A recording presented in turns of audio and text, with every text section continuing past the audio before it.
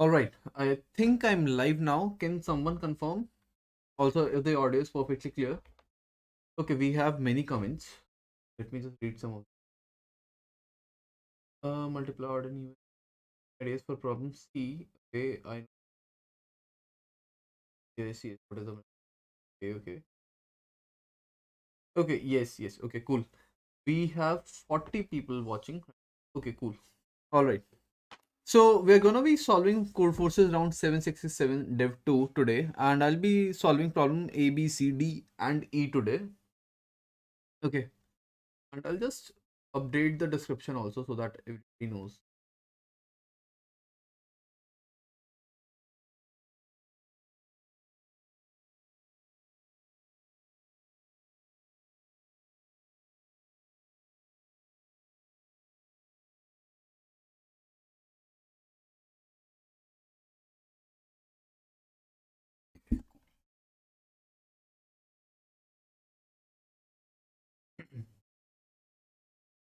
Okay, okay, let me just see like how many questions everyone was able to do. Aishoka says A and B done out of ideas for C. Okay. Anupam says it was my second contest. I solved A and B after one tail in one wrong answer. That's good, really good. Okay,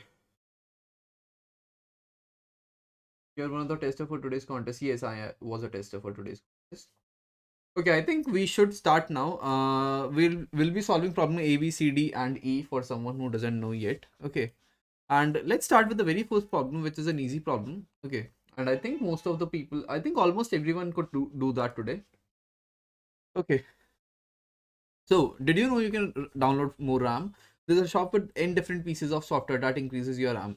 The ith RAM increasing software takes AI GBs of memory to run. Temporarily, once the program is done running, you get the RAM back and gives an additional BI GBs of RAM. Each software can only be used once. Your PC currently has K GBs of RAM. Okay, so basically we have K GB RAM. Okay, now let's look at the very first test case. Okay, so basically this is A, and A stands for how many GBs of RAM it is going to take in the very first try. Okay, so basically we have A and we have B. Okay, so for the very first A we have 20 and it will give an additional RAM of 9. Then we have 30 and it will give an additional RAM of 100, and we have 10 which will give an additional RAM of 10. For the very first test case, our K is equals to 10. Okay, when you say C onwards, I'll actually be doing in the line wise order only, so I'll start from A and come till E. Okay, so we have K equals to 10. Now if you see at the very first one test case, you can see that we need 20 GBs of RAM at least to start. Okay, but since we only have 10 GBs, we don't take this, we don't take this one as well, but we take this one. Okay, we use these 10 GBs for this process and it adds 10 more. Now our total GBs of RAM is 20. Okay, and if you see, we've already used this one. Okay, now if you see this one, we need 20 GBs of RAM and it will give an addition of plus 9. So we do plus 9 and we have 29. Okay, now if you see, this is 30, and since 30 is greater than 29, we cannot have this addition, and hence the answer will be 29. And as you can see, the answer is 29. Okay, so one way to do this would be, you can actually sort these values. Okay, so after sorting, okay, if you sort these values on the basis of A, okay, so if you sort these on the basis of A, you'll get 10, 10, then you'll get 29, and then you'll get 30, 100. Okay, and your K was 10. Now you can actually start from the very first case.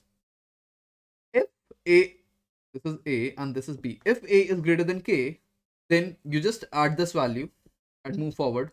Now your K is 20. So since 20 is less than equal to 20, you add this also. So we add plus 9. And since 30 is greater than 29, we don't add this and the answer becomes 29. And similarly, you can do this for all the test cases. Oil like says priority queue slash pair vector. Yes, anything works exactly. I use pair vector for this one. Let me just show you my code.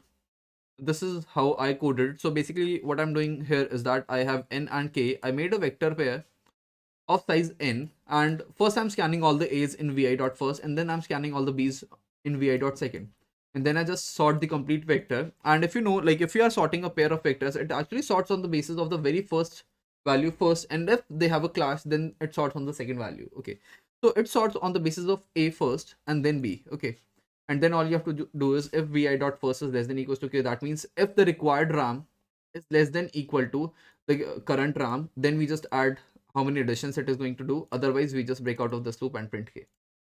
And that's all you had to do for problem A. Okay, let's move on to problem B now. I think A was pretty easy, and I think almost most of everybody was able to do this. Some people got TLE. Okay, so basically you must have done n square, and you are not supposed to do that. Okay, simple greedy algo. Yes, exactly. Okay, let's move on to problem B now. Problem B is GCD arrays. Okay, how many people were able to do this one? This is a easy problem, I would say, but it has a good edge case. So I think like many people were able to, must have gotten wrong answer on test case 2. Can I know like how many people got wrong answer on test case 2 first? Let's see. Okay, so the question says that consider an array A composed of all the numbers in the range LR. Okay. For example, if L equals to 3 and R equals to 7, then A equals to 3, 4, 5, 6, 7. Okay, so basically you are given an L and we are given an R. That means we are given a range. So if L is 3 and R is 7, that means we have an array of 3, 4, 5, 6 and 7. Okay, cool. Okay, now given N, R and K, is it possible for GCD of A, so GCD of this complete array, to be greater than 1 after doing the following operation at most k times? Okay, in the chat I have many people saying me. Okay, okay, cool. Memory limit exceeded on pretest 2. That is new. I didn't really think anyone. Okay, I think you made an array from L to R, and that is why you're getting a memory limit. I got CE because of A. Done y test case 2, hence for C. Also use parent. Wrong answer on test case 2. Okay, cool. Okay, so let's see like what we're supposed to do in this one. Let's first see how GCD actually works. For an instance, let's say that L is equals to 1 and R is actually equals to some n. Okay. Let's write the complete vector, complete array. That will be, we have 1, 2, 3, 4, and so on till n. Okay, let me just show my complete screen. Okay, cool. Now, if you say we need something, a GCD which is not equal to 1. Okay. Let's suppose that we try to make the GCD of this complete array equals to x. Now, in order to make GCD of this complete array equal to x, we know that there must be somewhere must be x, somewhere we must have 2x, somewhere we must have 3x, and so on. Okay. And we only need these values in our final array. Okay. We also know that in one operation, okay, I didn't read the operation, given two numbers from A, permanently remove one occurrence of each of them from the array. Okay, insert their product back into array. So basically, if we choose this 5 and 6, we can remove these 5 and 6 from the array and then add 5 into 6, which is actually 30. Okay. Similarly, if you see, let's see how many final values we need in the array. If we want the GCD of the complete array to become equal to x, then we know that in the end, we will only be left with n by x values. Okay, I'm just assuming that after product, everything becomes equal to, well, everything becomes divisible by x. Okay, so if you see how many values do we have to remove, we actually need to remove n is the total size of the array, and we already know that n by x values will give a GCD of x. So we need all the rest of the values to multiply in some way such that their GCD is also equals to x. So essentially, you need to take all these values, divide by 2, because in a product you are actually using two values. So this is the total amount of operations that you need to do. Okay, and since we have a fixed k, we need to make this minimum. Okay, if this has to be minimum, that means n. Okay, my board is not showing. Okay, so this has to be minimum. Okay, now n minus n by x has to be minimum, which actually means n by x has to be maximum. Okay, we cannot have x equals to 1 because that will actually make GCD equals to 1. So the next best value for x would be 2, which means a best case scenario will be when we try to make GCD equals to 2.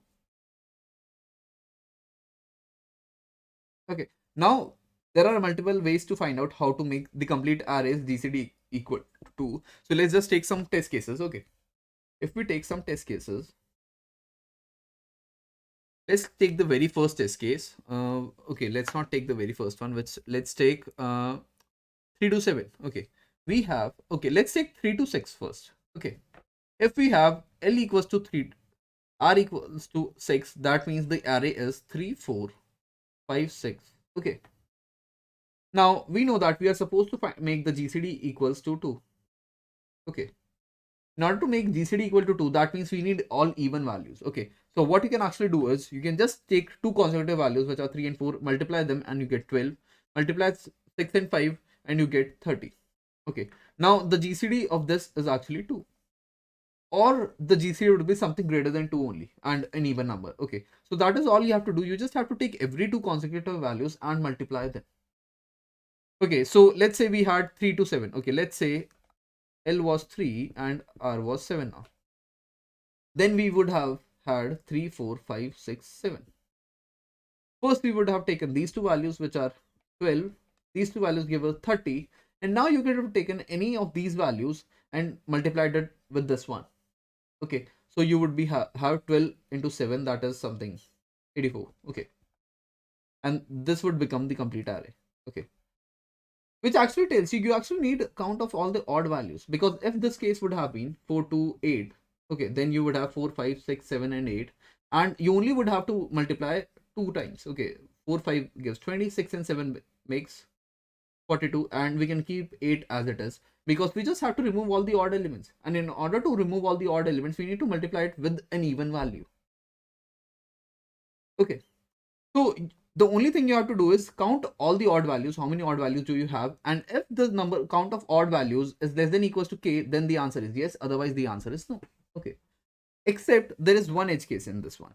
If you see, if L is 1 and R is 1, there is no way you can make.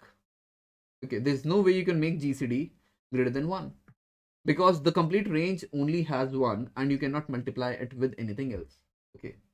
So this is all that you had to do. Let me just share my code as well. So my code, okay, in my code, what I've done is, okay, so I just scan L, R, and K. Okay, then I write the edge case, which is if L equals to 1 and R equals to 1, then I can just print no. Okay, the other cases, if L equals to R, then you can just print yes, or you could have actually, you can actually remove this as well. This will also give you the same answer. Then what I do is, if my first element is odd, then I do R minus L plus 2 by 2. This is how I find the total number of odd values. And if my L is not an odd number, then I do R minus L plus 1 by 2. Okay, so this is just some standard formula which I used, and you can just try to derive it. It is a pretty basic one. So okay, so if L is odd, you can actually start from L plus 1 then, because L plus 1, because you know that L is odd, so you need to add plus 1 already. And since the range is L plus 1 till R, you know that the total values in this is actually R minus L plus 1. Since L is actually equals to L plus 1, so L minus L, R minus L plus 1, and you just have to divide this by 2. That is the total number of elements. Okay. Similarly, in the other case also, when L is even, okay, you can just keep this element removed. Okay, I think everybody knows how to solve problem B now. And I think we can move on to problem C. Is there anyone who doesn't know how to solve problem B? Pratik says if R minus L plus 1 by 2 and R and 1 and L and 1 less than equals to, then yes. Okay, I don't really know like if that is going to work. Let me just take if R minus L plus 1. Yeah, yeah, that is going to work. Where I was able to solve C, but though very hard on it, I was able to create logic, but not form code. Okay, that's okay. I think like C has a little implementation, so I think like you need to practice a little and then you'll be able to do C. How do we know that GCD is always 2? We don't know that the GCD will be always 2, but we know that GCD is always going to be an even number. Okay, and since the smallest even number is 2, that means we can say that the GCD will be greater than 1. All right, I was able to solve C. Okay, got AC. Okay, cool. Bar 64, I've already read your message, so you can like stop sending me again and again. Please provide Discord Telegram link. I do have a Discord server, but I'm not at all active there. So I'll make some new Discord server and be active there. Okay. Does C require some special algo? No, it doesn't require any special algo. Okay. Okay, I think that's enough for problem B now, and we can move on to problem C. Okay. All right, cool. Hence for C, I'm actually going to tell you the complete solution only now. So you can just look into this one. Okay, let's read the problem statement first. Mihai has just learned about the mix concept, and since he liked it so much, he decided to use it anyway. Given an array A of n non-negative integers, Mihai wants to create a new array B, which is formed in the following way. While A is not empty, choose an integer k, which is actually from 1 to the size of A. Append the mix of the first k numbers of the array A to the end of the array B and erase them from the array A, shifting the points of the remaining numbers in A. Okay, so basically let me just explain like what mix actually is. Let's say we have an array 0, 2, 1, 0. Okay. What mix actually says is, so basically mix of this complete array is actually the smallest number which is not present in this array. Okay, so we have 0, we have 1, we have 2, but we don't have 3. So the mix of this array is 3. Okay. Now, what we are actually supposed to find is, we are given a certain array. We need to find a mix array of this, thus that this mix is lexicographically largest. Okay. How do we have to find mix? We just have to divide this into certain segments. Okay. And let's see like how that is to be done. Okay. So let's first look at the very first test case only. Let me just explain you a few test cases and then we can see how the solution is going to be done. Okay. Let's look at the very first test case only. We have 1, 0, 2, 0, 3. Okay. One way for doing this would be, if we take the complete array, we know that the mix of this is 4. And hence, our B will only be equal to 4. Okay. And if you see, like, that is the solution only. So let's take a better example for this one. Let's take, what do we say? Let's take the second example only. So we have 2, 2, 3, 4, 0, 1, 2, 0. One way would be we take the complete array. Okay. And the mix of this is 5. So we can say that B is also equals to 5. Okay, let's try to make a bigger array than this, which also has the first value equals to 5. Because if we have any other value after this 5, then this array is going to be lexicographically greater than this one. And if you see, if you actually divide this given array till this point, you have 0 also, you have 1 also, you have 2 also, you have 3 also, you have 4 also, and the mix of this would become 5. And after that, you can take this array also, and the mix of this is 1. So you get another array which is 5, 1, and since 5, 1 is greater than 5, the answer for this case would become 5, 1. Okay, now how to do this? We have already seen that we need to find the smallest array which will give us the mix of the complete array. Okay, so how do we do this now? Okay, let me just show my complete screen now. I don't think. Okay, cool. Okay, let me read the chart. How to be able to solve B. I'm practicing for a month. It's okay, like a month is a very short time for CP, so maybe it will take some time. C requires constructive. Yes, kind of constructive. In C problem, the size of B is equal to number of zeros. Yes, you can say that in a way. Bhaiya, can you make session in which you can review Codeforces profile? I can do that, but I don't know if that how much useful will that be. You can just let me know in the chat if you think that will be useful. My super messy. Yeah, I know. I thought of the length of odd, then check whether R is okay. That is related to. Why do you fix GCD as 2? Because we need something greater than 1, and the next possible answer after 1 is 2, and we already established that 2 will, like, if we try to fix GCD equals to 2, we'll have to remove the least number of values. Okay, for the screen please. Okay, oh got it, thanks. In problems. Okay, cool. Let's start how to do this. Okay, what you're supposed to do is, okay, let's take the last test case, which is 0, 0, 2, 1, 1, 1, 0, 0, 1, and 1. We know that the mix of this complete array is actually 3. Okay, we need to find out the smallest array in this one, starting from the very start, which will give us a mix of 3. And that array is actually this. Because we know that we at least need 2, 1, 2, 1, 1, and 1, 0. Okay. Okay, so that will actually be this one, this till this point. Okay. So this array gives us a mix of 3. Then we know that this array is going to give us a mix of 2. I think I've written it wrong. Oh, sorry. So you have to take this array Then the next array would be this, which gives us a mix of 2. The next array would be this, which again gives us a mix of 2, and the next array will be this, which gives us a mix of 0. And the answer for this would become 3220. Now, how to do this? If you actually see, we first had to find out the largest value for the very first array. Since the largest value is 2, we need to ensure that all the values before 2 are occupied in this array. We already had zeros, but we didn't have a 1. So as soon as we found 1, 1, we ended the array. After that, we were left with this much array, and we know that the maximum value in this array is 1. So first we need to find the occurrence of the very first one, and then we need to find all the values smaller than 1 in this array. Okay, so since there is only 0 before 1, so we have 0 here, and we ended the array after this only. Now again, we are left with this array. Okay, and in this array, the highest value in this is 1, so we know that the mix is actually going to be 2. Okay, so we first located 1, and now we need to ensure that every value smaller than 1 is present in this array. And if you see, 0 was already present, so we just ended the array right here. Then again, we are only left with one element, so that we take that array only, and the mix is 0, and hence we get 3220. Now, how to implement this in code? One way you can do this is you can actually write all the occurrences. So basically, we have 0. Okay, let me write the indexes of these one. So this is index 1, 2, 3, 4, 5, 6, 7, 8, 9, and 10. We know that 0 is present at 1, 2, 7, and 8. And we know that 1 is present at 4, 5, 6, 9, and 10. We know that 2 is present at an index of 3.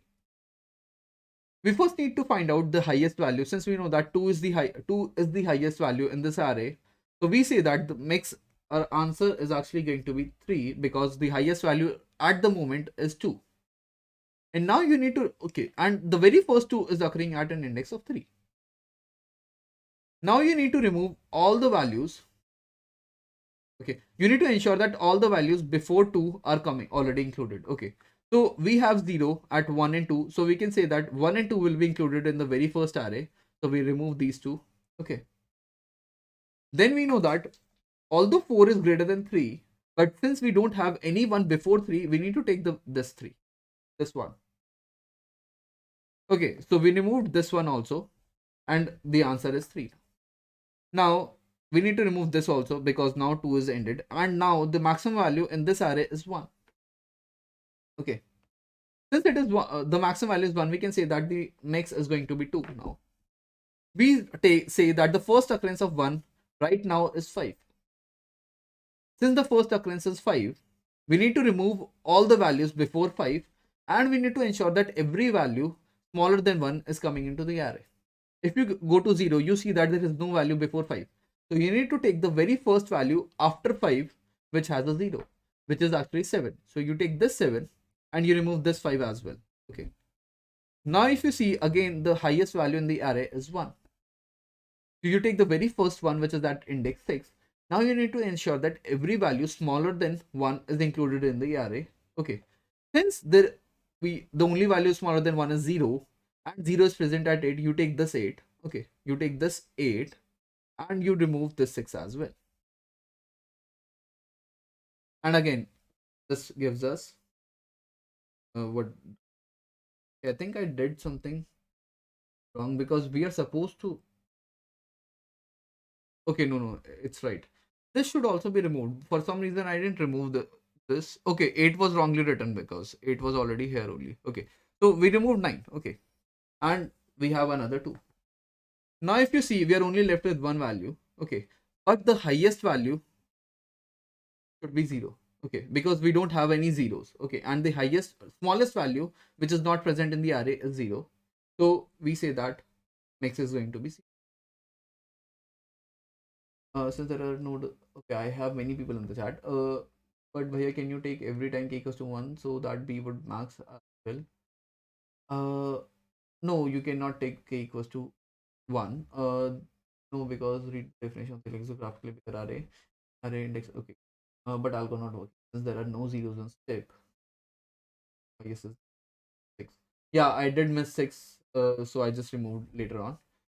Okay, okay, let me just take another example. Okay, so that nobody's confused.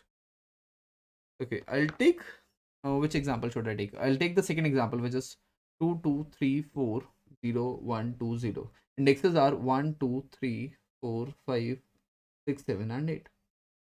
Okay, we have 0 at 5 and 8. We have 1 at 6. Sorry. We have 1 at 6. We have 2 at 1, 2, and 7. We have 3 at what? 3 and 4 at 4. Okay, I think I'll get it right the same. Okay, so let's make an answer array. Okay, now you need to find out the largest value in the array. Largest value at the moment is 4. So our max will become 4 plus 1, which is 5. Now you need to remove all the values which have an index less than 4. And you need to ensure that every value smaller than 4 is coming. Okay, if you see at 0, we don't have any value before 4. So you need to take at least one value. Okay, so you remove this 5. So that means we are taking this 0. Okay, now for 1 also, we know that there is no 1 present before index 4. So you need to take the very first one which you have, which is at index 6. So you took this one as well. Then coming on to 2, we had this one at index 1 and 2, we had 2s. So we removed these two values. So we took this 2 and this 2. Okay. And since we have already gotten a 2, we don't need to take the 7th index. Okay. Then again coming on to 3, we needed at least 1 3 and we had 1 3 at index 3, which is less than 4. So we just removed this. Okay. Okay. And we need to take this one also. So we took this 3 and this 4 and the answer at the moment is 5. Now you need to find out what is the value which is not present in smallest value which is not present in the array, which is actually this one. So we are already taken this array. Now the next remaining array doesn't have any 1. So we say that the answer will have an additional 1. And now since we need to ensure that every value before 1 is coming in the array. Okay. So since we only had a 0, we removed this one. And since this 2 had an index less than 8, we removed this also. Okay, and that is how you need to construct the answer. So finding the logic for this problem is easy, but I think implementation is a little tricky. So I'll just show my code, like how I coded it. Okay, cool. So let me just show how I did it. So basically what I'm actually doing is I first scanned the complete array in array. Okay. Then I made a vector. I made 2D vector. So basically what I did was I actually made n plus 1 vectors. Okay. So basically I'll have a v of 0 for all the indexes which have 0, a v of 1 for all the indexes which have 1, a v of 2 for all the indexes which have 2, and a v of 3 for all the indexes which have 3. Okay. Now what I did was I actually inserted all the indexes, okay, of all the positions. Okay, so basically if I have a 2 at index 4, I'll have v of 2 dot pushback 4. But if you see, I'm actually running the loop in the reverse order. The reason I'm doing is because I need to remove elements also from this vector. So I'm actually keeping all the smaller indexes in the left so that I can push back and pop back as well. Okay. Otherwise, like removing elements from the front in a vector is going to take overfit complexity, but I don't need that. Okay. Cool. Then what I do is I just have an index which actually tells me the index where I'm at right now. And then what I do is, okay, in this for loop, the very first thing that I'm actually doing is I'm finding the maximum value, okay, in the given array. After that, I remove all the indexes which are before this and also ensure that I have all the values smaller than that. So you can just try to understand this code. What I'm actually doing is if the size of that current vector is greater than 0 and if it has any value which is smaller than the current index, then I just pop all those indexes because they are of no use. Okay. Then after that, what I do is I try to find out if the size of that particular array is greater than 0. I see that like my max index gets updated, that if maybe, so basically if you see in this case, when I knew that my answer would be 5, okay, I knew that my very first one is at this index, so I actually made my index equals to this value. So that is what I am doing here, and then in the else part I'm just like pushing all the values in the answer. Cool. All right, and then I just print the complete answer vector. I hope everybody got how I did it. A little tricky, I would say. The implementation part is a little tricky, so you might need a little practice to do this. But I think like some people got it right. Okay, cool. Okay. Submission code for A getting wrong. Uh, okay. Which code can you like? I don't know which code you're talking about. Okay, can you just go through your algo for C again? I couldn't understand why it works, but what did you do with the smallest prefix with the mix equals to mix of the entire? Oh, okay, so basically what I'm actually doing is, okay, I'll just explain it once again. So what I'm actually doing is, when I found out that 4 is the largest value, I had to ensure that every index before 4 is used. Okay, and I have every value smaller than 4 in the array. Okay, so 0, I saw that 0 is actually present at the 5th index. Okay, so I took this one. Even though it is present after 4, I knew that I at least need 1 0, so I had to take the 0. Then similarly for 1 as well, I knew that 1 is actually the very first one is present at the 6th index. Even though the index of this 4 is less than like this one, okay, I had to take at least 1 so I took this index as well. Okay, can you please show the full code? I'm unable to see the vector dot back. Okay. Oh, okay, cool. Let me just. Okay, this is the. Okay, let me just. Should I let me just decrease the font size. Okay, I'll just show it to you. Try to show it to you. So this is what I'm doing. Yeah. So basically, so while vi dot size is greater than 0 and vi dot back is less than index, I'll submit all these codes. Okay, let me see if the system testing is over. If it is, I can just submit all my code. No, system testing is not over. What I'll do is I'll submit all the codes after the system testing is over so that you can see all my code. Okay, anyways, I think it's time for us to move to problem D, which is a very interesting problem, I would say. A very interesting and an easy problem. Undercover says what will be the output for 22340020. The answer for this one will be 1, only a single one. My int is long int only. Okay. Can you add link code to your code for C? Yeah, I'll just submit all my codes after the system testing is over. All right. Samek says D was easy. Yes, it is easy. Okay, I think it's time for us to move on to problem D now. I have a notification. Okay, cool. Okay, let's move on to problem D now. Okay. You're given a list of S of n non-empty strings of length at most 3. Okay, so basically you have a list of strings. You have one string, other string, and length of any of these strings, all of these strings is less than equal to 3. Okay. Okay, a sequence of S is called awesome if it is non-empty and the concatenation of strings in the subsequence in order is a palindrome. Okay. Can you help me high check if there is at least one awesome sequence of S? So basically what they're saying is that, let's say we have, okay, let's take the example only. Let's take the very first example. Okay. So if I take the very first example, we have ZX, we have AB, we have CC, we again have ZX, and we have VA. If you see, if we take this and this, the final string becomes AB, then we have CC, and then we have VA. And if you see, this is a palindrome. And since this is a palindrome, we can say that we have a palindrome if we take a subsequence from this sequence. Similarly, let's take the very next case. We have AB, BAD. Since there are only two values and none of them is a palindrome, and concatenation of these two things also doesn't make a palindrome.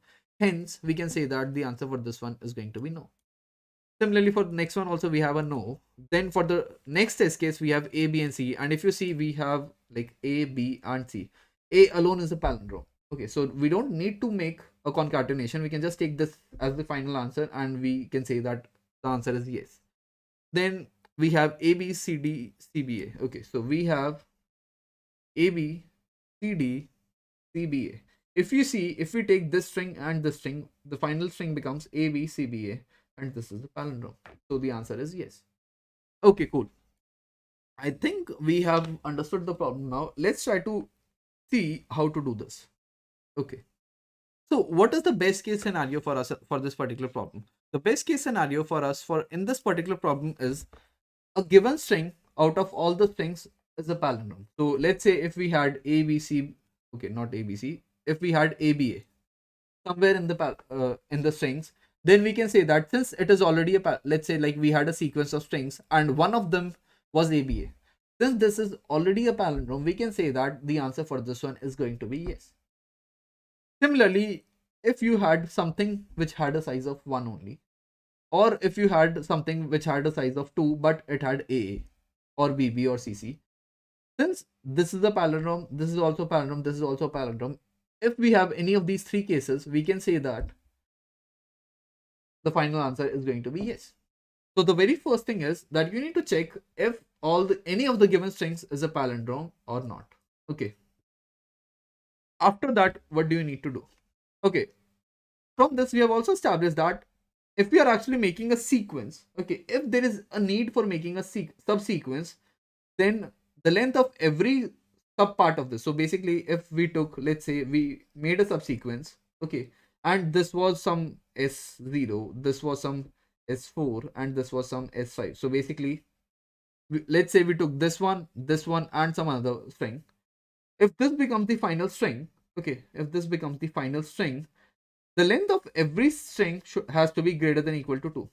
The reason for that is because if this is a string alone, okay, if this is a string, like if this is a single character, we can say that this would be the answer only because this is already a palindrome. Okay, so we know that every subpart has to have a length of greater than equal to 2. Okay, now let's try to generate some cases. Okay, we have already started. Okay, let's say that our final string was this S only. Okay, let's say our final string was answer. Okay, if the final string had an answer of 1, we know that this would have come from a single string only, and hence the answer would have already become yes because it would already have been a palindrome. If the length of this would have been 2, okay, if the length of this had been 2, okay, so we have two strings, which is this one. Okay, okay, Shan, okay. We have a string of length 2, okay, and for this to be palindrome, we know that it has to be like something like AA or BB or something like that. Okay.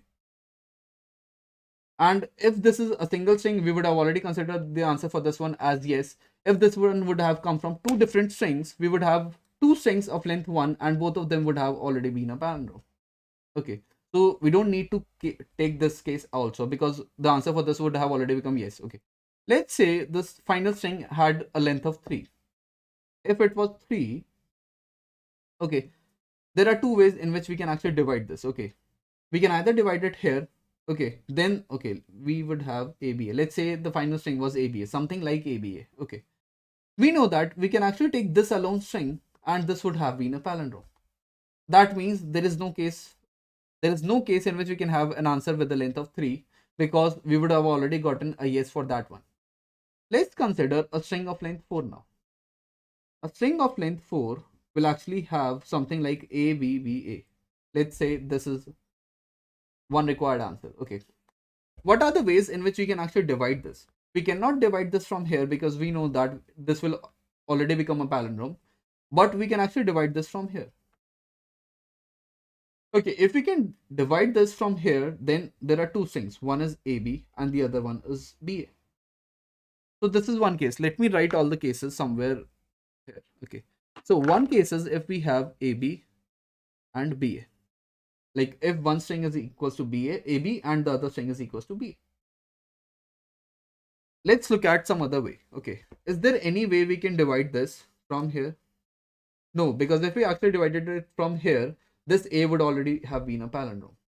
Okay, now let's try to look at case in which the length is 5. So for 5, let's try to generate a sample case. So let's say it is ABCBA, something like ABCBA. We cannot divide this from here because if we divide this from here, this alone would be a palindrome. So let's leave this. Okay, we can divide this from here. So the very first string becomes AB. Okay, rest of the string is CBA. So this is one other case which we can take. So we have AB, CBA. Okay, can we divide the CBA further? If we divide it from here, the C will become a palindrome. If we divide this from here, this A alone would become a palindrome. So this is the only case we are getting from length equals to 5. Now let's try to do this for length equals to 6 now. Okay, so I missed something. What if we take the very first string equal to ABC? Then the rest of the string would be BA. So we have ABC and BA. So this is one other case which we can take, ABC and BA. Okay, now let's say if the string length is 6. If string length is 6, we will have something like ABC, CBA. Now we already know that we cannot divide it from here because it will make A as a palindrome. But we can divide this from here. Now we are left with this string. What if we divide the rest of the strings from here? If we divided this from here, we know that this C will make a palindrome. If we divide the string from here, we know that this CC will make a palindrome. Okay. If we divide the string from here, we know that this A will make a palindrome. So there is no way to divide this if we make the very first string equal to AB. Let's say we made the very first string equal to ABC.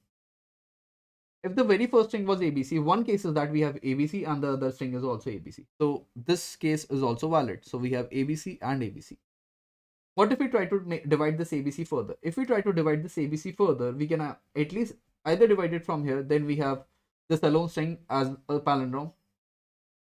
If we divide this from here, we have this A equal as a palindrome. So there are no other cases for length equals to 6. Let's try the same thing for length 7. Okay, so we have a length of 7 now. Okay. Okay, we have something like A, B, C, D, C, B, A.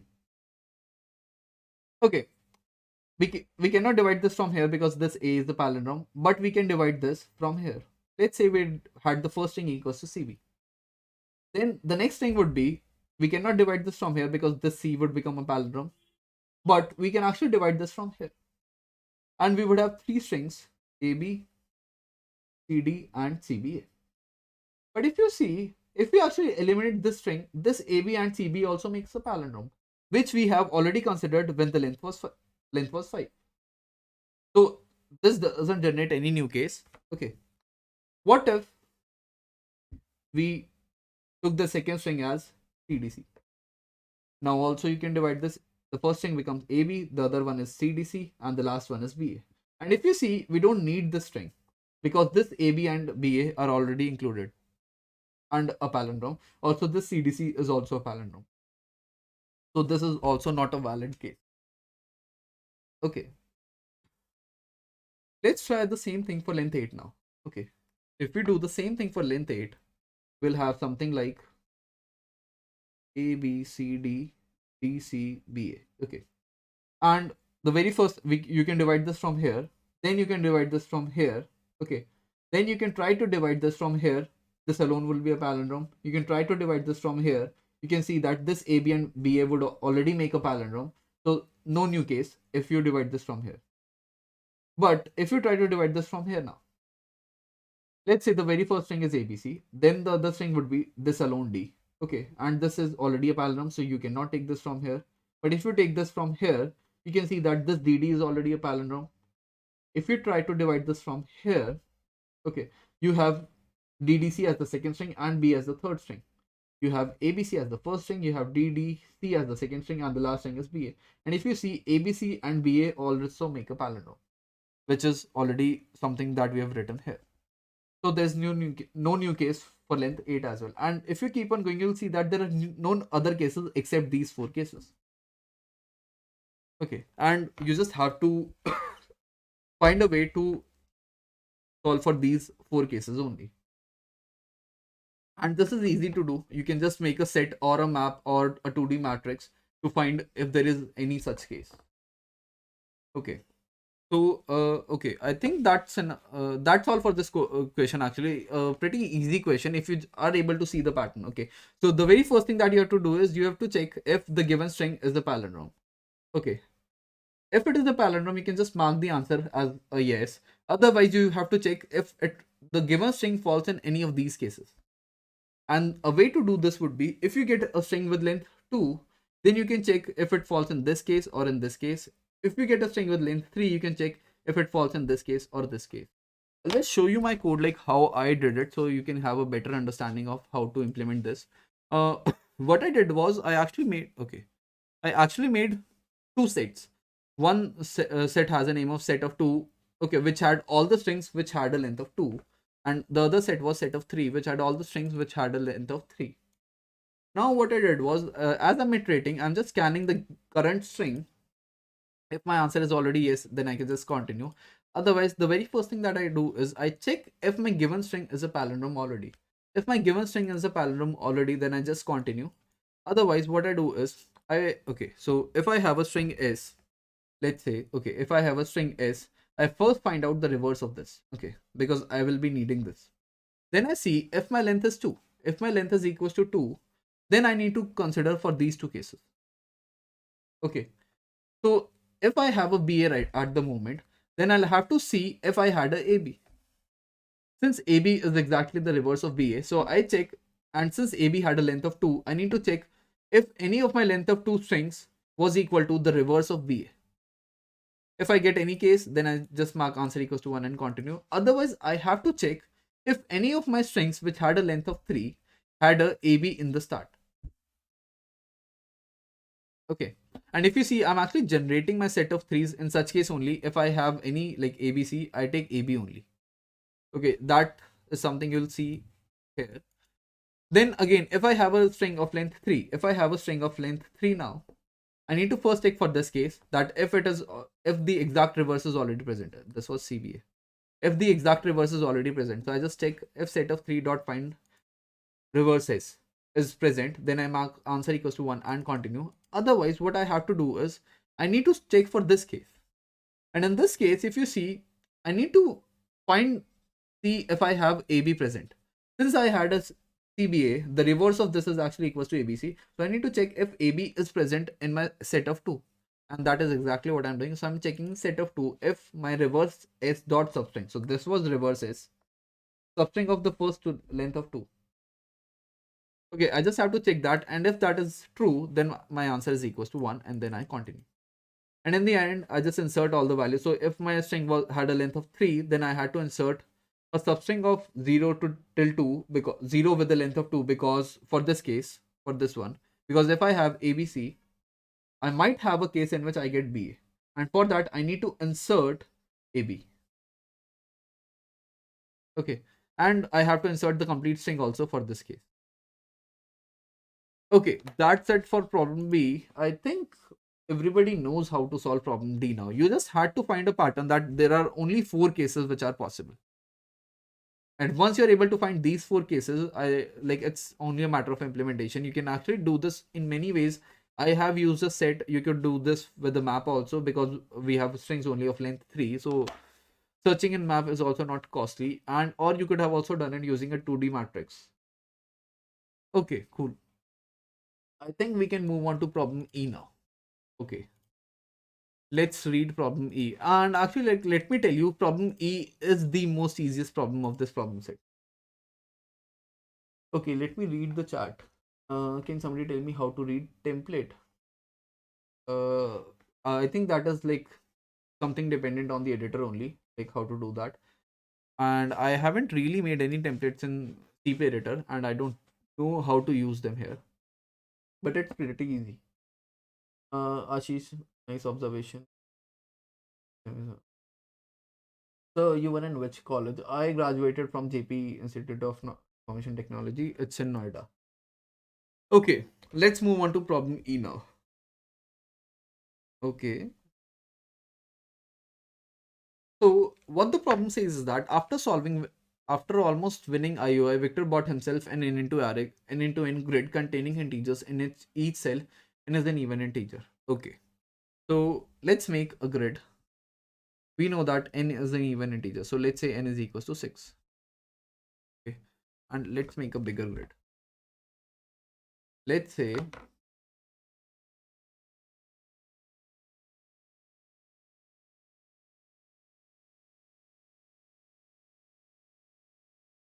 so this is one example where n is equals to 6. Okay. Now the integer in the cell in the ith row and jth column is aij. Okay. Sadly, Mihai stole the grid from Victor and told him he would return it only one condition. Victor has to tell Mihai the XOR sum of all the integers in the whole grid. Okay. So since this is the complete grid, we know that every value cell will have certain value, and we need to find out the XOR sum of the entire grid. So basically we have to find A11, XOR A12, XOR A13, and so on for all the elements of the grid. Okay, cool. Now, Victor doesn't remember all the elements of the grid, but he remembers some information about it. For each cell, Victor remembers the XOR sum of all its neighboring cells. Basically, what he remembers is that for this cell, he actually remembers the XOR sum of this value, this value, this value, and this value. Okay. So like if this was A, B, C, and D, this value would actually be equal to A XOR B XOR C XOR D. Okay. Now, okay, two cells are considered neighbors. Okay, if they are sharing a side, so that is all. To get his grid back, Victor is asking you for help. Can you use the information Victor remembers to find XOR sum of the complete grid? Okay, so somehow we have to use this information that a cell is containing XOR sum of all its neighbors and find out the XOR sum of the complete array. Now, how to do that? Okay, I won't really waste much time on this problem since the solution is very easy. One solution for this is actually you can actually try to make some patterns, and you'll very easily be able to come up with some patterns and then like print all those values. So the other easy way is, okay, I'll just show my complete board. Okay. Okay, what I'll do is I'll make two grids of length 6.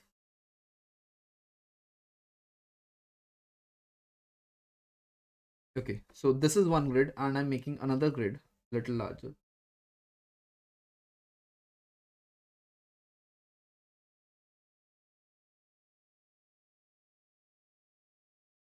Okay, so this is a grid. Okay, cool. Now, what I say is, let's assume that our answer has nothing right now. Okay, since it has nothing right now, okay, let's say what happens if we take the very first element. Okay, if we take the very first element, okay, so basically what I'm doing, I'm taking the very first element. If I take the very first element, okay, let's mark it as a cross. If I take the very first element, I am getting the XOR sum of this value and this value because these two cells are the neighbors of this particular index. Okay, so let's assume my answer has A11. Okay, at the moment. Now, can I take the next cell? If I take the next cell, I'll get a XOR sum of this index, and this index. And since none of these index is already present in my answer, I can do that. So what I do is I take this index as well and I'll mark these also. So basically in this, I'm actually keep saying what all cells I am taking as the answer. And in this cell, I am seeing what all cells are already completed for me. Okay, I won't write this answer because it will get very big. So I'll just remove this.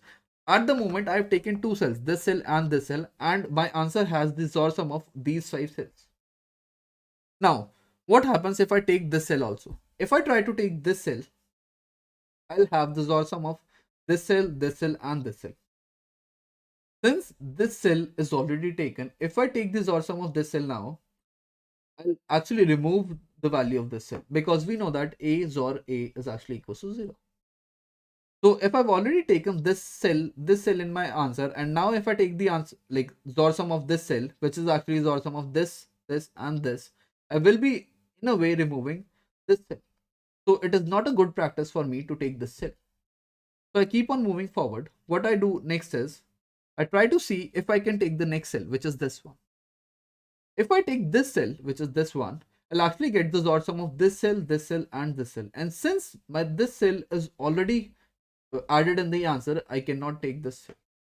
Then I come on to the next cell, which is this one. If I take this cell now, I'll get the XOR sum of this cell, and this cell. And since none of these three cells are already taken in the answer, I can take this. So I mark this as X, and X. And I mark this cell also X because I've taken this cell now. Now again, if you try to see this cell, if I take this cell, I'll have the XOR sum of this and this index because these are two cells are the only neighbors. And since none of them are already taken in the answer, I can actually mark these as X as well. And mark the cell also X because I have taken this cell. At the moment, I have taken 4 cells in my answer. Okay, so my answer at the moment is actually A11, or A12, or A15, or A16. Okay, and I have already have these 8 cells in my answer. Let's keep on moving this way. Okay, so if I take this cell, I know that the neighbors of this cell are this one and this one, and since this and this, and since two of these cells are already taken, I cannot take this cell. Similarly for this case also, because this and this are neighbor and these are already taken. Similarly, if I come on to this cell, if I take this or some, if I take the value of this cell, that means I will be taking the XOR sum of this and this cell. Since two of these 4 cells are already taken in the answer, I cannot take this cell. Similarly, for this cell also, these two will overlap. For this one also, these two will overlap. And for this one, this and this will overlap. Okay, let's come on to this index now. If I take this index, I'll get XOR sum of this and this cell. And since this particular cell is already taken, I cannot take this cell. Same case for this one also, because this one is already taken. But if you look at this cell now, if we take the value at this cell, you will actually get the XOR sum of this, this and this. And since none of the 4 out of all these 4 cells was already taken, I can actually take this cell. That means I have taken this cell now. Similarly, if I try to see for this cell, if I take this cell, I'll get the XOR sum of this cell, this cell, this cell and this cell. Okay, and since none of them is already taken, I can take all these 4 cells. I can take this cell and hence I mark it here. Okay, now I again move forward. I cannot take this cell because it will overlap with this one and this one. I cannot take this cell because it will overlap with this one and this one. Okay, now I come on to this line. If I take this cell, I'll get this cell and this cell. And since none of them any of them is not taken, I can actually take this cell. So I mark X here and I mark X here. Okay. Then coming on to this cell, I know that it will overlap with this one and this one. Same if I come on to this one, it will overlap with this and this. For this one, it will overlap with this one and this one. And you just have to keep on moving forward. So I'll make the complete answer now. So the next cell would be this one, because if you take this cell, you will take this one and this one. And since none of them is already taken, you can take these. So you mark these as X and you mark X here also. Now, if you come on to this cell, you will see that if you take the answer of this cell, you will get this one and this one. And since none of them is already taken, you can take these. So you mark these as X and you mark this also as X. Then you keep on moving forward in this line and you'll see you cannot take any of these cells, but you can actually take this cell, because if you take this cell, this and this will be taken and none of them was already taken. So you mark this also X.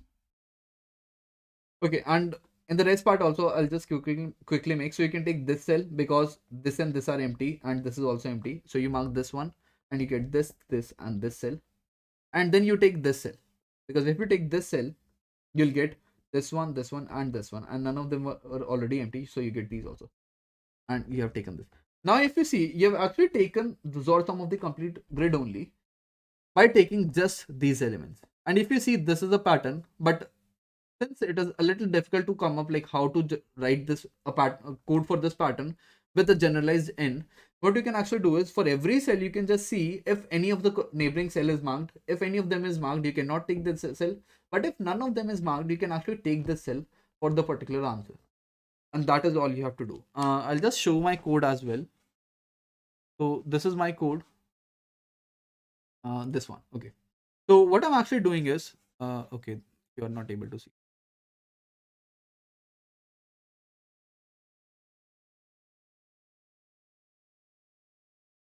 Okay, okay. So what I'm actually doing is I just make a grid of size n plus 2 just to get rid of the corner cases. Okay.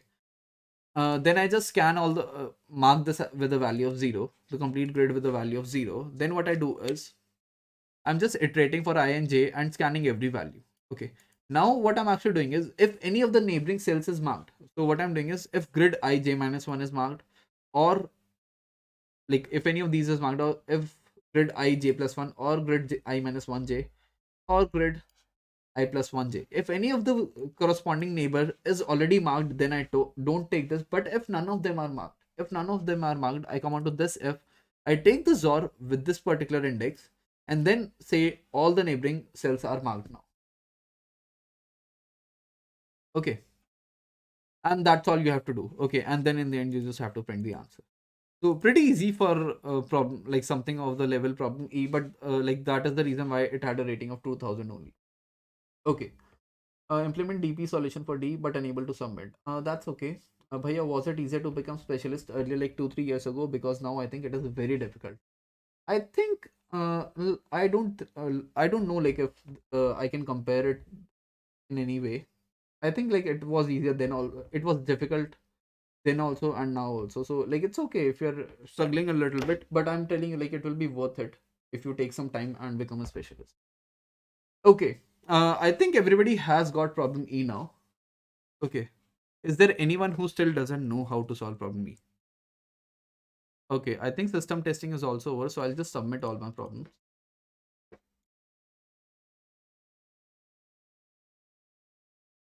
I'm struggling a lot. That's okay. Like, if you see my profile as well, I also struggled. So that's okay. Like, I think everybody struggles. Oh man, this was easy. Was stuck in C the whole time. Yes, actually, like E was very easy. Okay. Okay, I'll just submit all my problems. So that you all can see the code.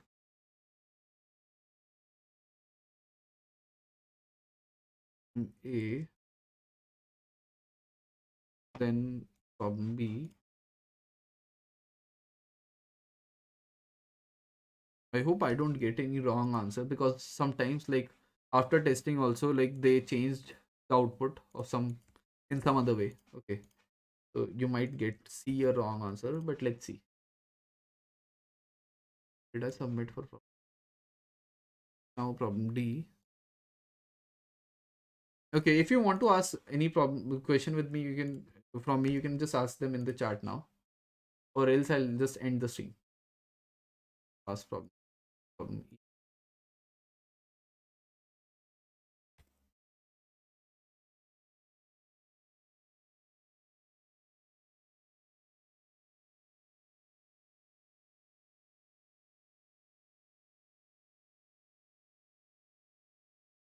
In A I have a compilation error and I haven't submitted C.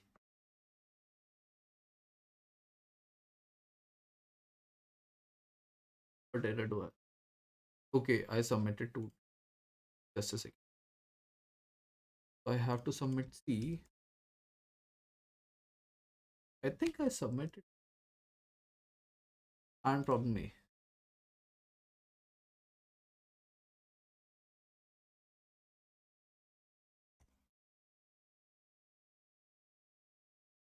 Yes, submitted exactly the but it is not.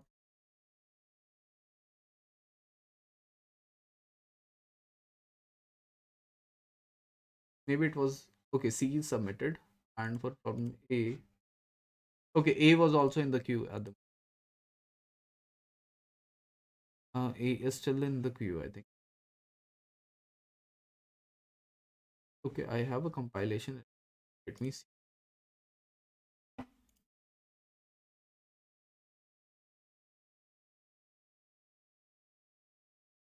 the error. Previously defined redefinition of main. I don't think that's the case. What I'll do is I just call.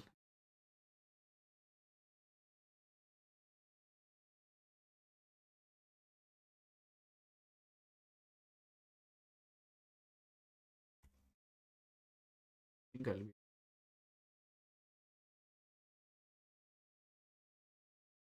Okay, let me read the chat in the meanwhile. I have. Oh man, this. Even though I solved two questions, I'm stuck on newbie. That's okay. That's okay. Just keep practicing. DP works for F1. I haven't really tried F1 because I didn't really think like it would be a scope for this stream. But I will try F1 and F2 after this. So you can ask me in the DM on Codeforces. Oh yeah, any tips for me to jump from newbie to specialist? Keep practicing. So you started your CP journey in which sim? if you may tell, I actually started doing CP in fifth semester. Before that, I didn't knew anything, and you can see like my first contest actually was in first year only, but I didn't do anything back then. Then I started again in third year. I am in second sem of third year and still on newbie. Is it late for me to crack good company? No, I wouldn't say that. And CP is not the only thing that is required to crack a good company. Only to solve. That's nice, Adarsh. Why this chunk of code is giving runtime? Got all error. I might have to see that. I'll see that later. Stuck in infinite loop. Remove the sequence. Sir, may C may TL. Yeah, test case 9 per. Okay, I don't think I'll be able to like look at your code, but just try to debug a little, like why it is giving a TLE. Okay, why should sucker in loop? Can you explain? Also, is it okay to do CP till internship or development is also necessary for getting a good company? I wouldn't say so. So like it's better if you do development, but it is not the only thing that you have to do before a good company. Okay, you can also crack a good company using only CP, and you can also crack a good company if you only know like development. But you must know like basic DS algos, how to master graph and DP. For both of the those things, I would actually say try doing problems on CSS because it has all the standard problems and they're really nice. Bro, I've done 600 plus questions on lead code, but I'm not able to solve question on OA. Should I start? I don't really know like what do you mean by OA? Where you are from which college? I graduated from JP sector 62. Where your Codeforces ID? It's Naman 16013. मुझे 4 months हो गए हैं वो three coach for 3 star ही हो पाएगा. I said good. Yeah, that's okay. Like everybody has their own like timing when they get better. So like 4 months is not a lot of time. Okay. I'm in first year, learn C++ now. What should I do? You're in first sem. That's really nice if you're starting out this early. You should actually start giving contests. Try to learn the basic algorithms like basic binary search and sorting algorithms, and then keep on practicing. Uh, Online assessment. Okay. Question on is should I start CP? Yeah, you can actually start CP if you have already done 600 plus questions on neat code. Okay, maybe CP will actually help you in understanding the basic implementation process. Shang Shah says also from JP, only 2021 batch. Okay. Uh, cool. Okay, I think that's it for this stream. If this stream helped you in any way, make sure to like the stream and also subscribe to the channel if you think like these streams benefit you. Okay, and I think yeah, that's it for my. I'll see you in the next contest, which is actually on. Okay, let me see. It's on 27th, so a little far away. But yeah, I'll see you on 27th. We have a Div 1 plus Div 2 round coming. So I'll come live at around 10:30, I think, because I haven't tested this round. So I'll be myself be giving this round. So I'll take like 20-25 minutes for a buffer and then start. Okay. Thank you everyone for joining, and I'll see you in the next.